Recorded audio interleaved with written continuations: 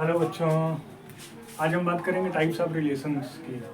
तो we have in relations की अगर टाइप्स की बात करें तो हमें तीन टाइप्स के रिलेशंस पढ़ने हैं।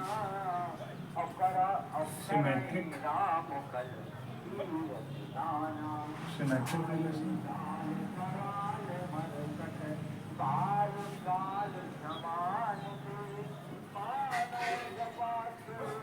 ट्रांजिटिव रिलेशन, और जो तीसरा है आपका वो है रिफ्लेक्सिव।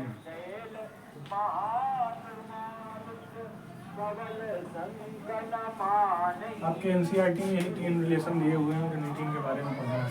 क्योंकि सिमेट्रिक रिलेशन वो ऐसा रिलेशन होता है जिसमें अगर कोई सपोज एक्स और वाई एलिमेंट हैं, ये रिलेटेड हैं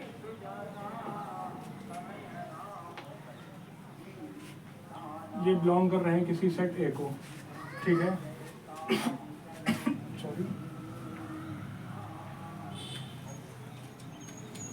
और कह रहा है कि यदि x बिलोंग कर रहा है y से, तो कह रहा है कि y भी रिलेटेड होना चाहिए x से।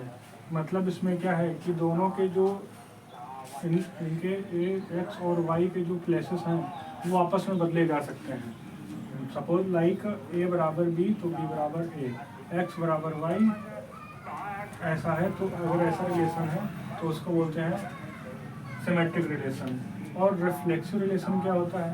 रिफ्लेक्सिव रिलेशन ऐसा रिलेशन होता है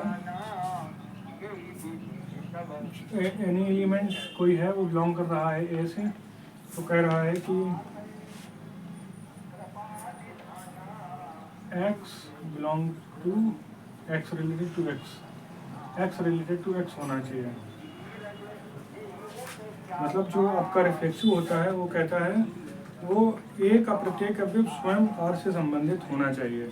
ये आपका रिफ्लेक्सिव रिलेशन होता है। और अगर हम बात करें ट्रांजिटिव रिलेशन की, तो ट्रांजिटिव रिलेशन में क्या होता है?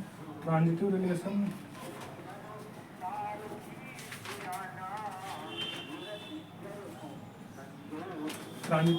को हिंदी में बोलते हैं संक्रमक रिलेशन।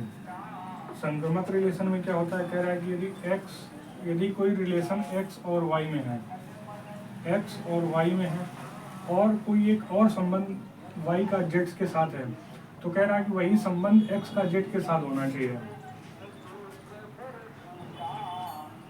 हाँ, कह रहे x और y में कोई रिलेशन है और y से z में रिलेशन है, तो कह रहा है x और z में भी वही रिलेशन होगा जो x और y में है।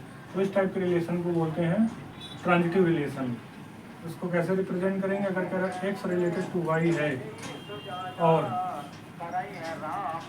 y रिलेटेड टू z है, तो देन कह रहा है कि x भी आपका रिलेटेड टू z होगा।